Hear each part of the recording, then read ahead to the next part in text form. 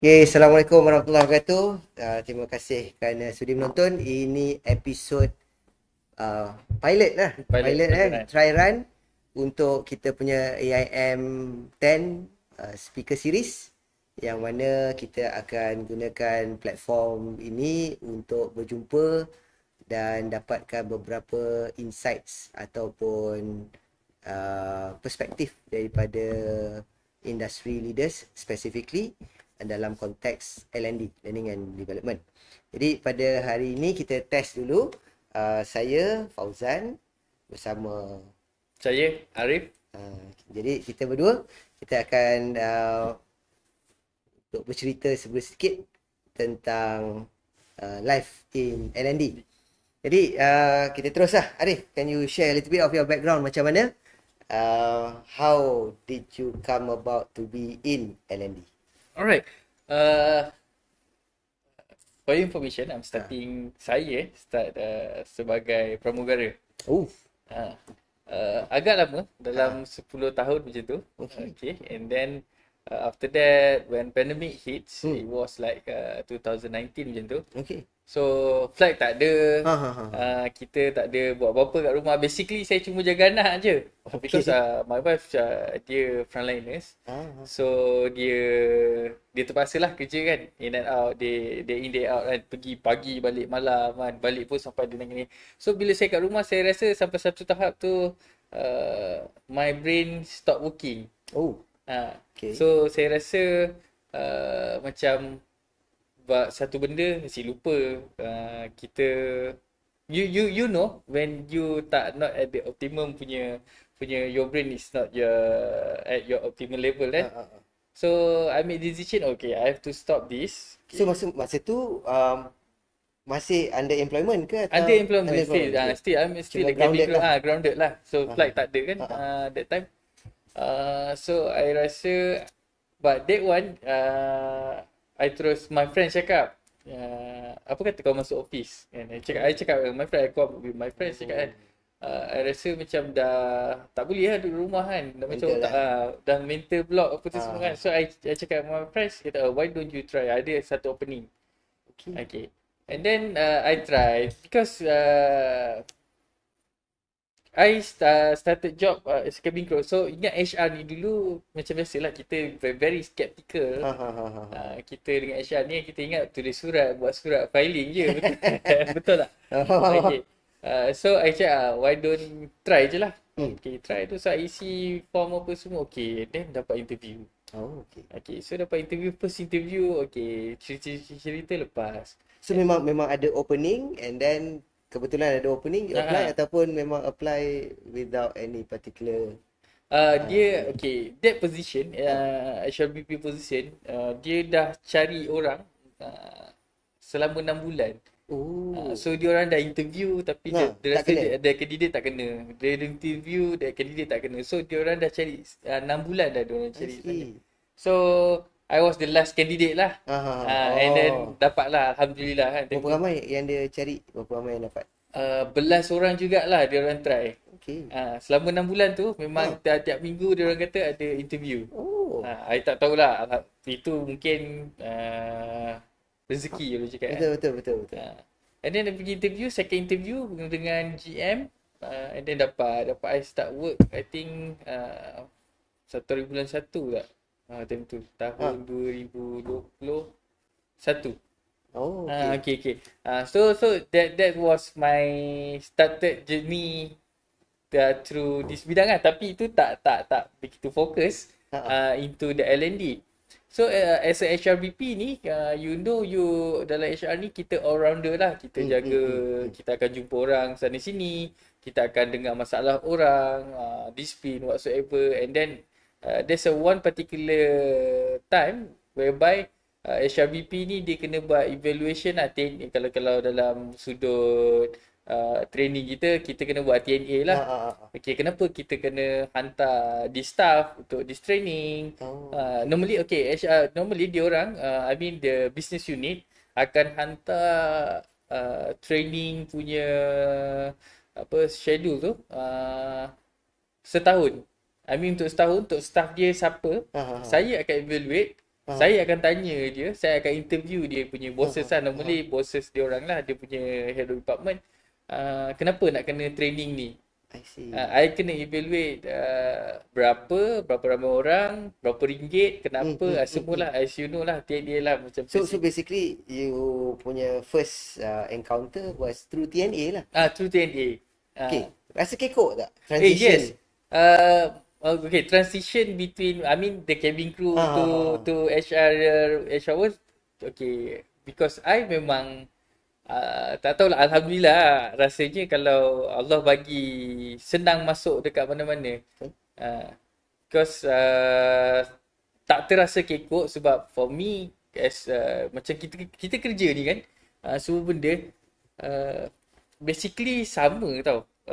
I mean satu-satu benda yang kita buat ni sama, is only how you organize and how you manage your things. Okay. How you doing. Okay. Macam kerja cabin crew sama je sebenarnya. Kerja bukan nak cakap sama. I mean you kena ada goals setting you hari tu, kena ada buat apa.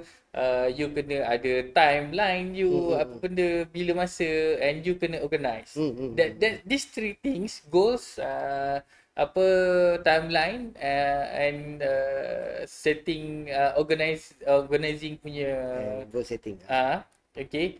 Kalau you apply kat mana-mana pun, it's just the same. Betul? Faham. Cuma taktik or method or methodology dia lain. Dan task dia lain lah. Task Yang dia ni lain deal lah. dengan customer, yang ni deal Yes, dengan internal customer. yes, macam tu. So pada saya tak berapa kekok lah untuk transition from the corporate, apa, operation world ke corporate world lah. Macam tu. So berbalik kepada cerita TNA tu, okay. So itu yang saya cakap, menarik sebenarnya, buat TNA ni lah. And then one more thing is saya suka buat kerja macam memudahkan orang. Faham? Okay, bila kita buat something, so saya nak try implement, saya nak tolong ajar orang. Okay, instead of, because kalau nak tahu dekat company lama saya, they all very old school punya style tau. Let's say kalau satu task tu ada 7 step, dia akan follow 7 step. Walaupun that 7 step tu ada step nombor 3 dengan step nombor 4, kita boleh cut, kita boleh terus jump to step nombor 5. Okay. So sampai ada satu tahap tu ni saya cerita my experience bila kita isi, normally okay, bila sama juga orang, let's say business unit nak minta staff, dia akan through saya juga. And then dia akan tanya, okay, normally dia orang akan call saya, hello Encik Arif, boleh tak kita ada meeting untuk saya nak tambah ni lah, tambah staff lah. So I cakap, okay, you prepare lah dulu MP ni management paper lah. So dalam management paper dia akan cakap kenapa dia kena tambah, so apa impact dia kalau kena tambah, kena justify lah semua benda. Dan OPEX dia kena beritahu berapa expenditure tu semua, dia akan cerita kat saya. And saya akan, okay, dia akan evaluate dulu, dan saya akan bawa lah perkara ni pergi HR punya department. So ada satu job requisition tu. Job requisition ni maksudnya kita nak apply. Okay, ni that process dah lepas. So saya nak minta dekat recruitment pula. Okay. So job requisition ni my boss dia buat, kita nak 10 orang tau staff untuk that department, that particular department, customer service if I'm not mistaken. So that 10 task tu, 10 orang tu diisi satu-satu. Maksudnya kalau kita isi borang kosong, dia ada 10 borang. Padahal jawatan yang sama, sekali-kali. Sepatutnya kita, okay, just satu borang, tulis saya nak customer service officer, saya nak 10 orang, cukup. Tak payahlah saya nak satu orang, satu borang. So kerja tu jadi redundant lah macam tu kan. So saya cakap, why don't you just, kita tak boleh, ni memang kita punya SOP benda. Siapa, yes I know your SOP, tapi kenapa nak kena ada banyak-banyak borang, banyak-banyak ni kan. Jadi you sendiri pun confused. Because okay, kalau you buat macam tu, okay, dia punya proses tu, you tahu tak, dia akan dragging sampai, let's say kalau orang tak tahu, dia 10 orang, you kena open 10 interview. Faham tak? Instead of you buat satu interview tapi you pilih 10 orang. Faham tak? Okay. So dia punya logik ni, kalau you buat 10 interview, 10 hari you bukan baru dapat 10 orang. Tapi kalau you buat dari satu orang, you buat satu interview tapi dapat 10 orang, you boleh settle dalam satu hari. Okay, faham. Now, taking this as an example kan. To be fair, background bukan dalam benda ni. So, apa yang Arif buat yang menyebabkan Arif boleh look at satu-satu proses tu dan boleh fikir improvement? Did you go for any courses ke? Dia sendiri, what is your effort untuk, sebab datang dari background yang lain, masuk ke dalam task yang I would say alien lah kepada orang yang dalam operations kan. That's what I said. Bila kita buat sesuatu benda tu kan, these three things yang I cakap tadi mula-mula, kita punya critical thinking tu kita kira betul. Tak kisah, because zaman sekarang, macam kita cakap zaman sekarang kan, you tak boleh cakap kita jauh sikit, kita gerak kita tak boleh cakap yang orang tua tu lebih berpengalaman. Let's say if you handle one type of project, benda it doesn't matter. Macam kalau kita jangan masuk bab politik lah. Okay, kita jangan masuk bab politik. Kalau kita bagi satu task tu, mungkin orang yang lebih muda, dia punya approach, dia punya cara mungkin lebih okay, lagi cepat task tu kita akan complete. Yang instead of sorry to say, yang lebih tua, yang lebih berpengalaman. For me is the important thing is how you think, how you organize your thinking, how you manage your knowledge macam tu. Okay. So in essence your philosophy is bukanlah 100% pengalaman. Kadang-kadang different perspektif tu perlu dan penting. Yes. Walaupun datang daripada orang muda contohnya, ataupun orang yang fresh. Yes. Sebab dia akan critical thinking in terms of asking the questions. Soalan apa yang nak kena tanya supaya task tu dapat dijalankan. Balik kepada 3 tadi lah. Your goal setting, your planning dengan your execution of the task lah. Okay, interesting. Now, balik kepada topik utama life in L&D. Jadi, macam mana atau how would you say, orang macam mana yang sesuai dalam L&D? Okay, bila kita cakap L&D, learning and development, you have to divide into two. Okay, what you want to learn, and what you want to develop. Okay. These two things, orang selalu combine learning and development, tapi sebenarnya ia sesuatu benda yang sangat berbeza. Okay. Whereby learning is something yang you nak belajar, and you nak something yang orang boleh belajar. Okay. But development ni is apa yang you nak develop dalam sesuatu benda. You nak develop your skill. Okay. You nak develop yourself. Macam tu. Something like that. Right? Boleh faham tak? Okay. I'm trying to capture dia punya ni. So maksudnya learning ni is bahagian yang related kepada acquire of knowledge lah, nak dapatkan knowledge atau nak impart knowledge. So that is the teaching process side of it. The development is what you mean is progress. Yes, development sebenarnya dia sangat-sangat bergantung kepada experience seseorang. Okay, faham. Kan? You can learn, tapi macam kita, okay, contohlah kita ambil satu contoh Fras bercinta. Kan? kita boleh dengar, kita boleh belajar. Okey, macam ni rupanya. Fras bercinta ni orang takkan makan. Okay, faham. Tapi untuk develop that feeling, you sendiri kena lalu, betul lah. itu contoh paling mudah. Faham. So kira macam kalau tengok movie tu faham lah, tapi kalau dah pernah lalui tu rasa. Baik. So dia punya filosofi actually macam tu lah, learning and development. Because in learning everybody can learn, but to develop not everybody has the ability to develop that skill yang diorang dah belajar tu. Macam tu. So kalau orang tu macam sekarang kan yang kita punya audience ke siapa-siapa yang tengok ni lah. So, sometimes dia ada interest nak masuk dalam L&D. Kebanyakan orang akan fikir jalan dia adalah trainer. Tapi berdasarkan perbualan kita ni, Arif ada cerita daripada TNA, data collection process, evaluating the task, perbetulkan proses. So semua tu adalah part of L&D dan trainer tu maybe sebahagian daripadanya. So what would you say, apa kriteria, apa ciri-ciri yang orang ni kena ada kalau dia nak explore career path dalam L&D ni? Okay, critical thinking itu nombor satu. Critical thinking, and then you must have feeling untuk tolong orang. Itu paling penting. Kalau you tak ada ni, tak ada this punya attitude, dalam L&D you memang tak boleh survive. You boleh, kalau orang cakap, you boleh duduk payroll, duduk bahagian IR boleh. Tapi kalau untuk duduk L&D ni, kalau kita specifically untuk bahagian, senang cerita untuk develop, mengajar orang or whatsoever dalam L&D ni, you kena ada satu attitude dekat dalam diri you untuk you tolong orang.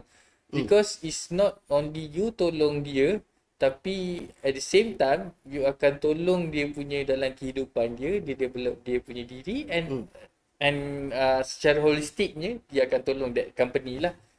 So without that attitude, you tak boleh, I don't think that you are suitable for this position lah, L&D. Okay.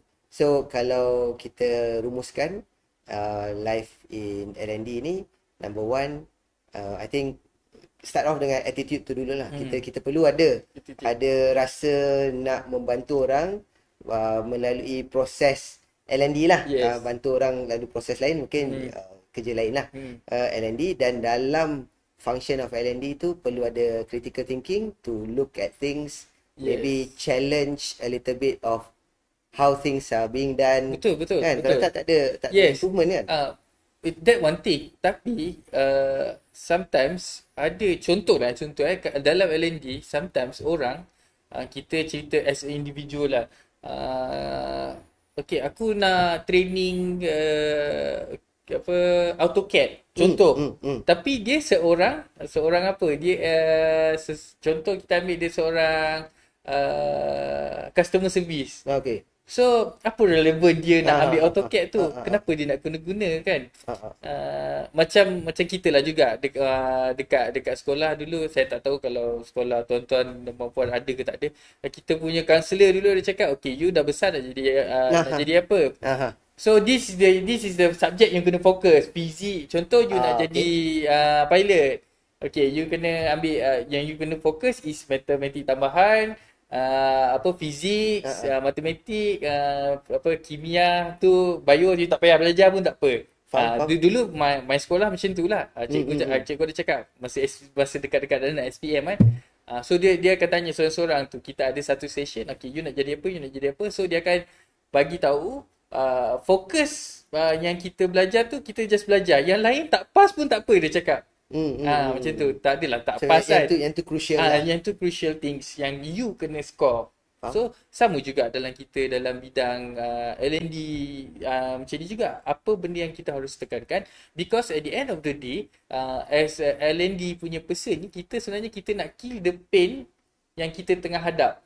Apa the main problem sebenarnya. Banyak orang sangka bidang L&D ni, department L&D adalah buat training je sebenarnya. Tapi sebenarnya back end dia sebenarnya, kita sebenarnya tengah menyelesaikan masalah-masalah sesuatu organisasi. Okay. Faham.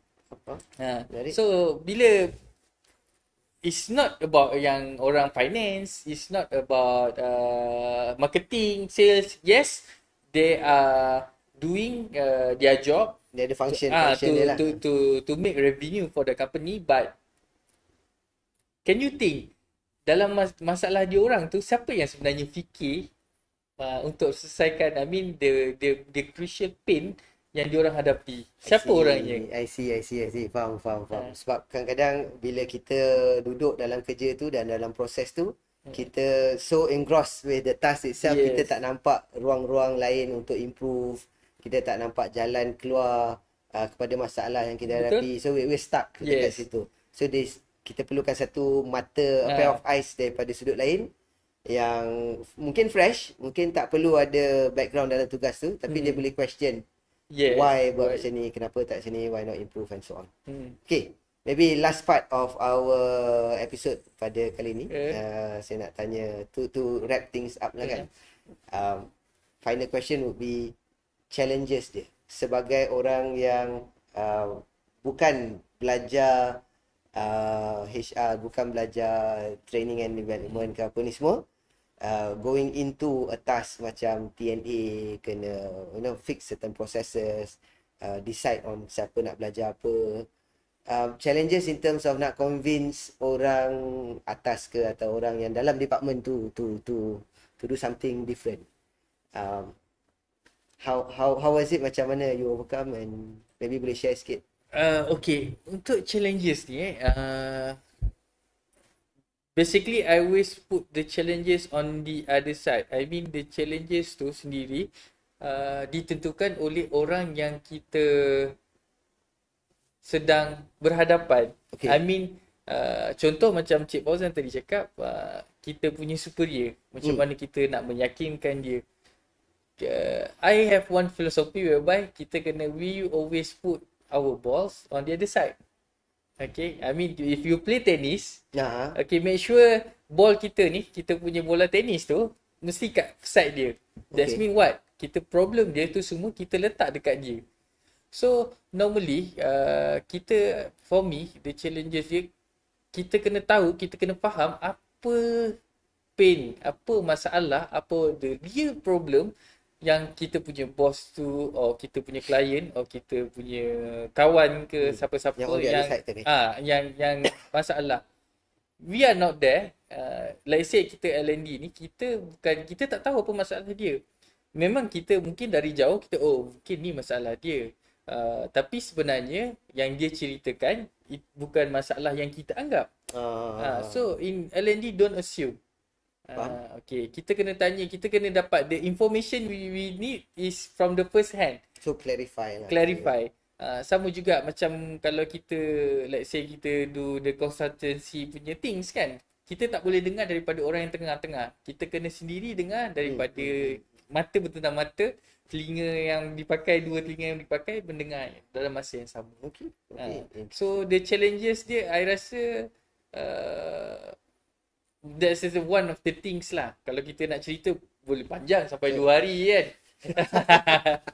So basically kena fahamkan empathize, put yourself in their shoes, dan lihat sudut tu daripada dia orang punya point lah, kenapa dia react macam tu. Contohnya kalau dia against certain changes, kita empathize, kita put ourselves in their shoes, dan kita fikirkan kenapa, dan kita resolve that issue lah. Bukan react kepada dia punya response tu lah. One more thing is don't assume. Assume. Clarify. Clarify. Okay. Yes. Menarik. Alright. Nampak gayanya free flow. Very very fluid punya conversation. I think agak menarik untuk pilot episode ni. So nampak gayanya tak ada masalah kita untuk teruskan speaker series ni. Mungkin kita akan ada banyak lagi poin-poin yang menarik akan diceritakan pada masa akan datang. So kalau anda berminat, kita akan umumkan dari semasa ke semasa the list of speakers atau siapa yang kita akan panggil untuk bercerita, bukan saja dari perspektif kerja sebagai trainer dan ni, tapi mungkin juga perspektif dari segi adalah ada perancangan nama-nama yang kita nak pilih tu. InsyaAllah akan terdiri daripada wakil-wakil daripada organisasi-organisasi tertentu, yang mana kita nak tahu juga macam mana dia orang boleh sampai dia orang punya position and whatnot. I'm very excited about this one. Sangat-sangat teruja untuk series ni. Sekiranya anda turut berminat, boleh subscribe dan boleh follow kita. InsyaAllah kita akan keluarkan dari semasa ke semasa. Terima kasih Arif for your time. Jumpa lagi insyaAllah pada speaker series akan datang. Assalamualaikum warahmatullahi wabarakatuh. Assalamualaikum.